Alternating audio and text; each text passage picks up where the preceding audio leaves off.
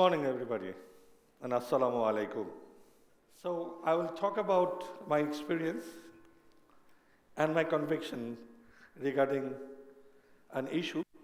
The issue actually will start from the very great novelist Samuel Beckett wrote a play in 1953 called Waiting for Godot. And in that particular play, there are two friends continuously telling everybody endlessly that there will be some Godot someday, and he is coming to resolve your issues, to really change this society. And people just keep on waiting for the Godot. And in my small life, I found that that's not true. And to change the society, to make a real change, I have to be the Godot. So I am the Godot. And I will tell you the stories, why I am having this conviction that I am the Godot, and I have to bring the change by breaking the silence. I have to think that I am the Bangabandhu for this generation. No more Bangabandhu will come to this generation or days coming in front of us. I have some experience I will share with you. It was in 2000, we established a called Bangladesh Poribesh Andolan. Professor Muzaffar Ahmed, Abdullah Abu Said, a lot of other great leaders. And we started shouting for Hatirjheel. It is a huge water body, a retention pond and retention area, supposed to be holding the flush flood for the city. But it was completely encroached and became an absolute wasteland. And after that, in 2006, after all of our movement and activities, suddenly we said, yes, we have to take a project. So the place was like this. And it was in everybody's eyes, but nobody was taking action. So we felt that there has to be change in the perception of the policy. There has to be change in our own dream-making policy. We have to dare to dream that we can make this change. And dare to dream to change this wasteland into waterland, an hydro-ecological asset for the city. And in 2006, we have done the project. It is time to keep on dreaming furthermore. Couple of pictures of that project, but it is not the picture, it is the experience the city people will have. After this project, we understood once you raise your voice, change follows. So once in 2006, around February, there was a building collapse, caved in due to unauthorized construction, and it was in a squatter in Slum area. I rushed into the place from my organization to find out what happened. But I found something else which struck me like anything. I found that the people living in the slum, there is two sides of the coin in the society. That the head of the coin is people living in the slum, they are paying 36 taka per square foot with one light, one fan, shared toilet, shared kitchen, no ventilation, no natural light, but they are paying 36 taka. You can say, why you felt that you were struck? Because I started calculating how much I've paid when I'm living in Dhanmondi or in Bonani or in Gulshan. And I found, my gosh, I'm paying only 23.50 taka. And I'm having everything. The lavishness of luxury of the life. And also, today in the morning, I got the salute from my Darwan. And then I realized something is wrong somewhere. And that's the reason people are living like this. Look at how they're living. This is the largest basti of Dhaka city. And look how they're living inside that basti. If you think that we don't have anything to do, that's fine with me. Fine with you, not fine with me. And I think not fine with a lot of us. Look at their hut. Look at their informal bazaar. And end of the day, look at how they're living in a small room. And then Definitely finding out where is the problem. We found the problem lies because the government and also rest of us not assuming our responsibility, which is supposed to be there. It is the matter of collateralship. It is a matter of stewardship. It is a matter of assuming responsibility. That's the reason the investors are not putting their investment into the whole low-cost housing. And it is only because National Housing Authority or people, organizations like that, not taking these people account for. They are taking their floating people and they call it marginalized or marginal urban poor. What a beautiful name. And that's the reason we started advocating.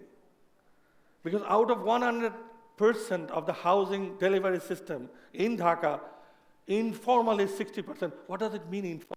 Informal means they live in squatter or they live in places without any authorization, having no legal water, electricity, or gas.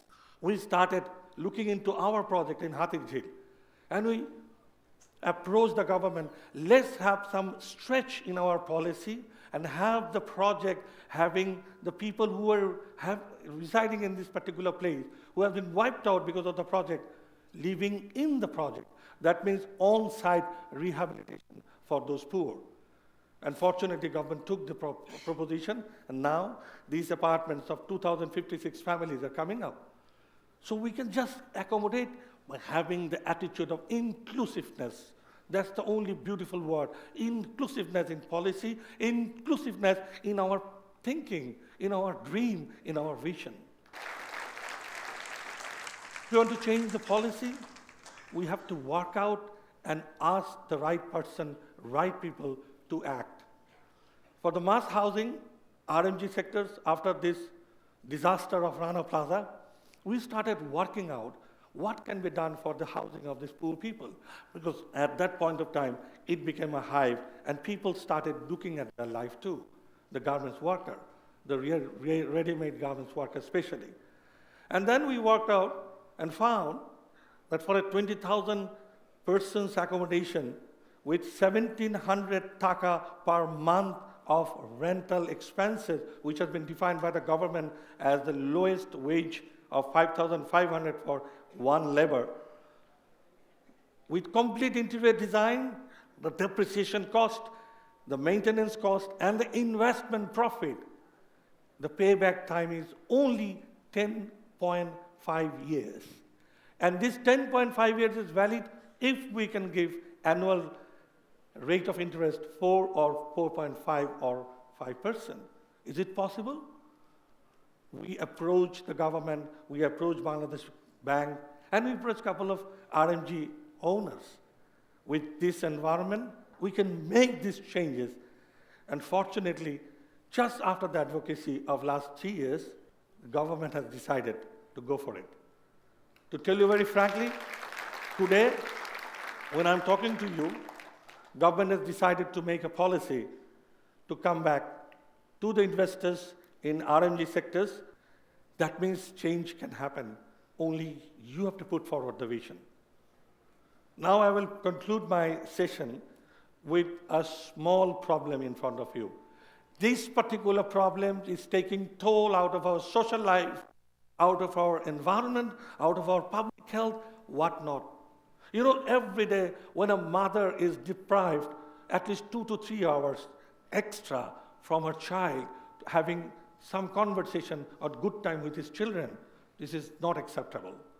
Every day, if you take off a child's life, every day if you take off 3 to 5 hours out of his life, which is supposed to be, engaged in games, in play, maybe in reading or something like that, or engaging with another friends.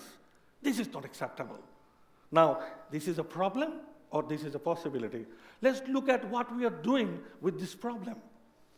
In Strategic Transport Plan made in 2005, there are a lot of analysis and there are propositions. Out of those analysis, it is said that the private car sector, which is a modality of mobility, is having a share of 5%, and the growth is supposed to be, within 20 years, 8%. And all the projects you see last 10 years is only for these people. Elevated expressway, a project of 28,000 crore taka, lot of flyovers, whatnot. But if you look at the mass people, around 40% of the people move having a trip of 1.5 to 2 kilometers, which can be walkable. If you look at the bus rapid transportation system, which was Curitiba's great innovation of Brazil, it will cost you only 4,000 crore taka. Where are those projects? We are after elevated expressway. Even the metro project, if you look at the amount of expenses people will make every day for their trip, with 100% government incentive, it will be 100 taka per trip. And calculation of strategic transport says that people can afford, most of the people can afford only 60 taka per day. This is ridiculous. So I think these problems is in front of you. And what we can do, conclusion is, I think we have to be the change maker. We have to put ourselves against the pessimistic cloud which has been created around us in politics, in business, in everywhere. So young people like us, we feel this is not our territory. Let the politicians have their politics. My friend, this is the time to vibrate. This is the time to resonate. And I think this is the time to change whatever we see in front of us by having ourselves a belief that I am the Godot. Thank you.